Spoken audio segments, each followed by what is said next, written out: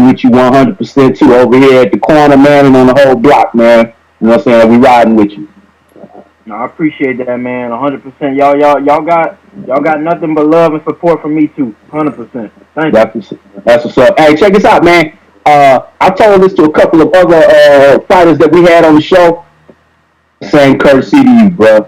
So when you get that title fight, you in the middle of the ring, and the referee holding your hands up in victory, and they announce Money Powell the fourth as the winner. I'm gonna stand up in my living room. I'm gonna tell everybody around me, I know that nigga.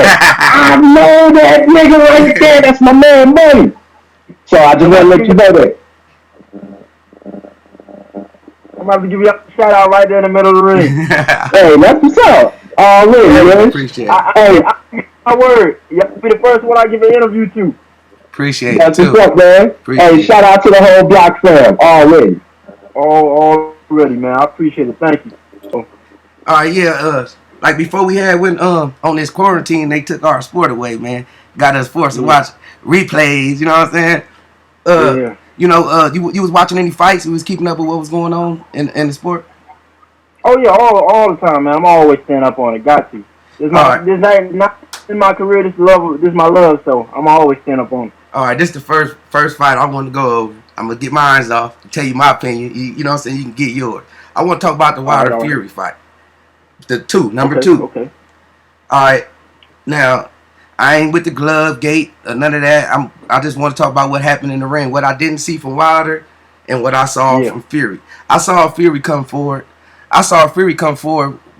Willing to take some punches from Wilder, but I didn't see Wilder throwing those punches. I didn't see Wilder using his left hook until he was in trouble. I didn't see him keeping his distance with the jab effectively.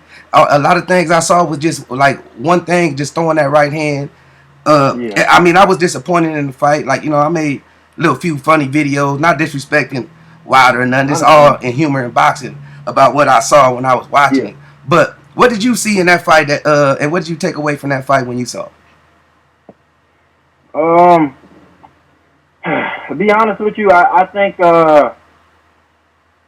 it was Fury, like you said, he was more willing to take risks of coming forward.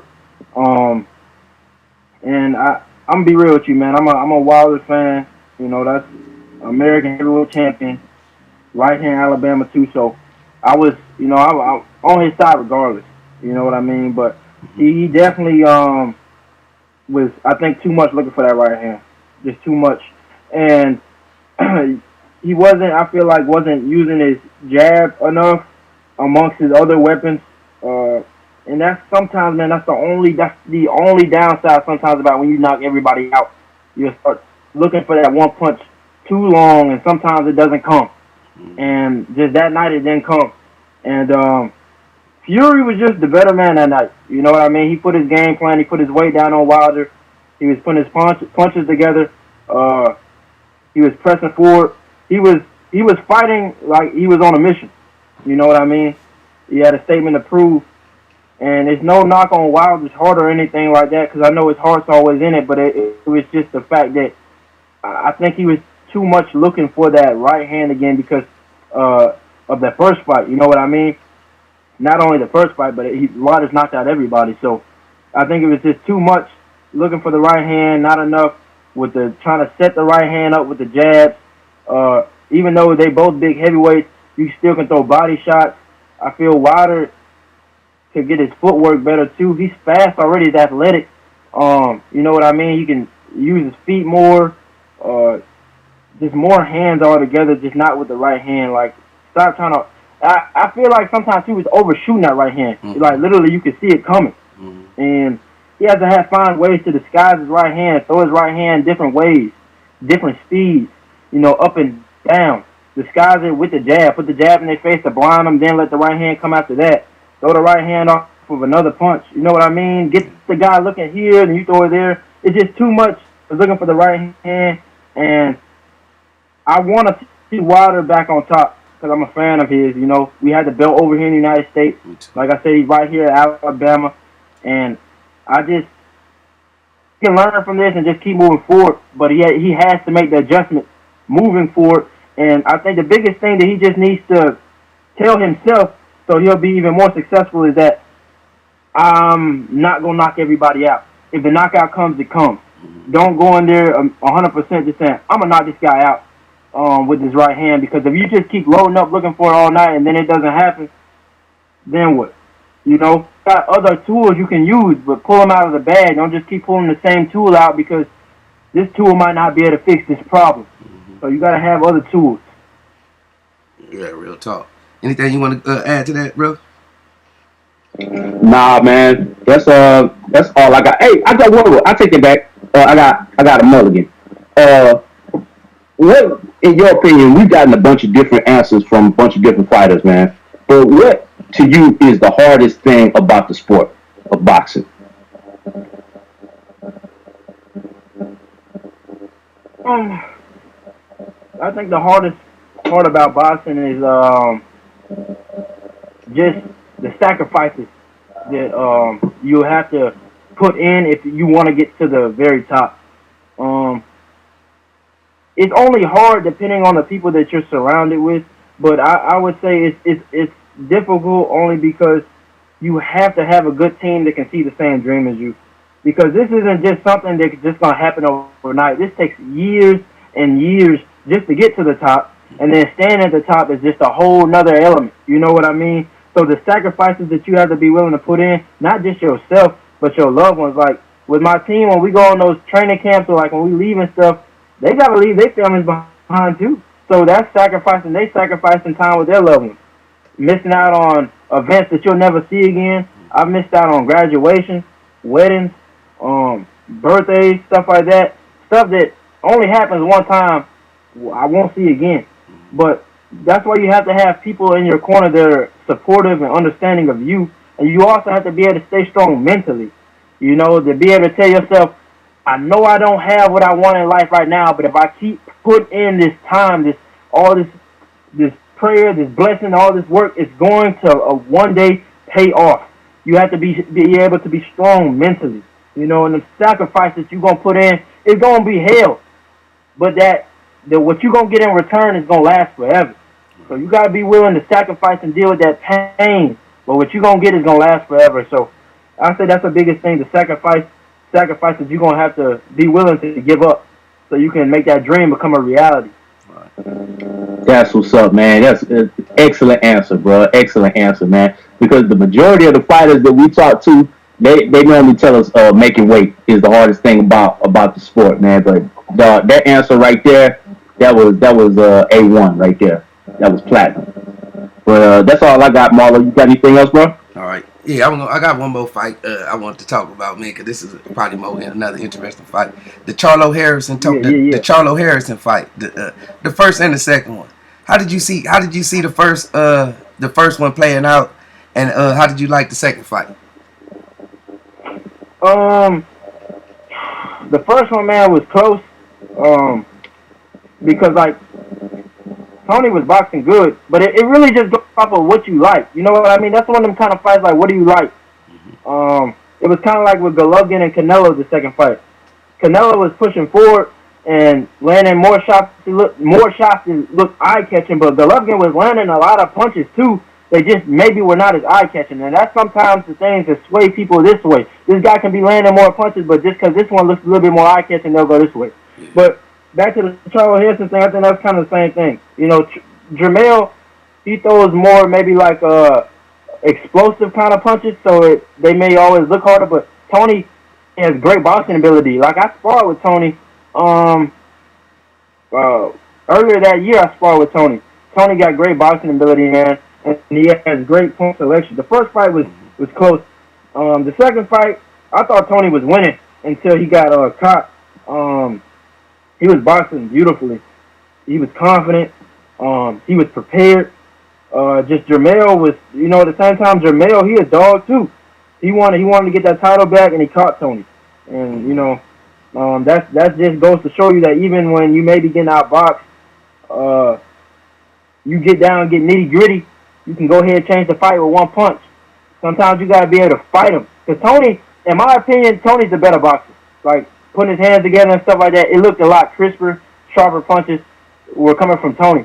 But Jermell punches harder, from what it seems like. And, he just caught Tony, man. This stuff happens.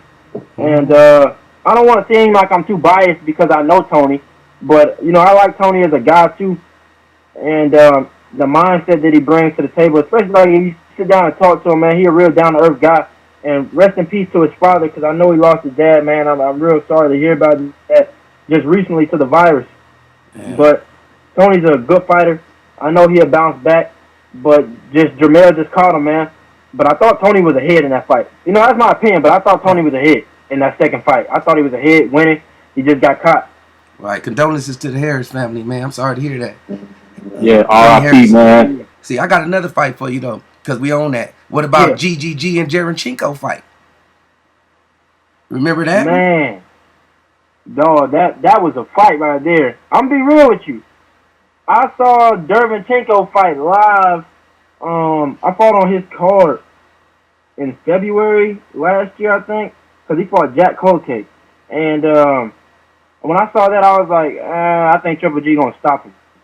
But, man, that man pulled, he hurt Triple G, too, to the body. He hurt him. That man, he ain't no joke. You know what I mean? Everybody I've heard that spar with him has also said that. Like, when I was sparring with Danny Jacobs, I asked him, I was like, out of Canelo, Triple G, and Derevyanchenko, who's the better fighter out of them? He said, I'll be real with you, Derevyanchenko. You know what I mean? He could fight from everybody I've heard. And when I seen him fight Cloquet, I was like, maybe it's just a bad day or something. But when I seen him fight Triple G, I was like, man, that was nice. But to Triple G's credit, whether it be true or not, I had a guy that was on the inside did say that Triple G was extremely sick coming into the fight. Whether it's true or not, if it is true, then that's even more kudos to him for fighting through that. If it's not true, he was just in there with a tough guy, but he still, fought. But that was a close fight, dog. I'm going to be real with you. I was like, I got to go back and rewatch because it's been a little bit now, but from what I remember, I was like, bro, Triple G better do something quick. Yeah, I thought they gave Triple G that fight, man. I thought Jarenchenko deserved the nod. But it is what it is. Like, it's a lot of things. Like I said, I scored a fight. I actually be looking to see what's going on in there, not just on a favorite. You know what I'm saying? A favorite tip. I want to see if those punches are landing. I want to see if you catching those shots or your opponent is landing those shots. You know what I'm saying? And if he is landing, I'm looking forward to see the adjustments that's being made. You know what I'm saying? Another fight. What about the Sean Porter and Earl Spence fight? Did you watch that and did you enjoy that one? Yeah, I enjoyed that one a lot, man. People kept saying that, at least the people I was talking to, they was like, man, Spence finna dog walk Porter. He finna stop him. I was like, no, he's not, man. He ain't finna stop this man. Well, that's another one, man. I'm be real with you. I thought Porter would have won if he wouldn't have got dropped. Maybe I got to go back and look at it again because I only watched it that one time. Mm-hmm. But I was like, man, Sean and this man's grill. But at the same time, Sean Porter, I feel like gonna give anybody a hell of a fight because of his style. Like, it's really rough and it's like real physical and kind of ugly, man. So it's hard to look good against guys like Sean Porter. And Eric caught him and knocked him down. Sean got right back up and went right back to scrapping with him, man. But guys like Sean Porter, they gonna make it ugly for you. So if you can get a guy like him out of there, man, then that's a major statement. But I felt like Sean might have pulled it out. But when fights are that close, you can't call it a robbery. You know what I mean? That's the thing. Sometimes people be having close fights and they be like a robbery. If a fight's close, you can't say robbery. You know what I mean? A robbery is just clear one-sided, and they just gave it to the other guy. Right. Yep. I agree. Yep. I thought the judges did good in that fight based on the circumstances. It was probably one of the best fights I've seen in a long time because it was pure action all the way through. You know what I'm saying? Sean made it a dog fight, but, hey, in closing, you know what I'm saying? Because I see we finna hit that hour. I don't want to hold you because I want to bring you back, man. Hope we can do it again. But in closing, let us know about what you want to see when everything open back up. What fights, what potential matchups you would like, and in different divisions that you like, and let us know what what I'm saying. What's up with you in the future? What you gonna be looking forward to? Well, I'm be honest with you. I sparred with Jamal Charlo for basically his whole camp when he was getting ready for Hugo Centeno, and I definitely want to see him be able to get in there with either Triple G or Canelo. and or even Andrade, but preferably Triple G or Canelo. That's another thing. I kind of don't like when people be like, they're like, what's Jamal Charlo or what's Demetrius Andrade done to deserve a fight against Canelo Alvarez? What's Rocky Fielding? What did Rocky Fielding do that could deserve a fight against Canelo Alvarez? Right. But, you know, they don't want to hear that stuff or they don't want to bring that up. I'm like, and that's no knock on Canelo. Canelo doing his job. You put somebody in front of him, he's fighting him, you feel me? I'm talking about who is co-signing this. Like, don't co-sign this, bro. What did Rocky Fielding do? Mm-hmm. And if you want to say he put Callum Smith that got him out of there in one round. So does that gave him his ticket to fight Canelo Alvarez?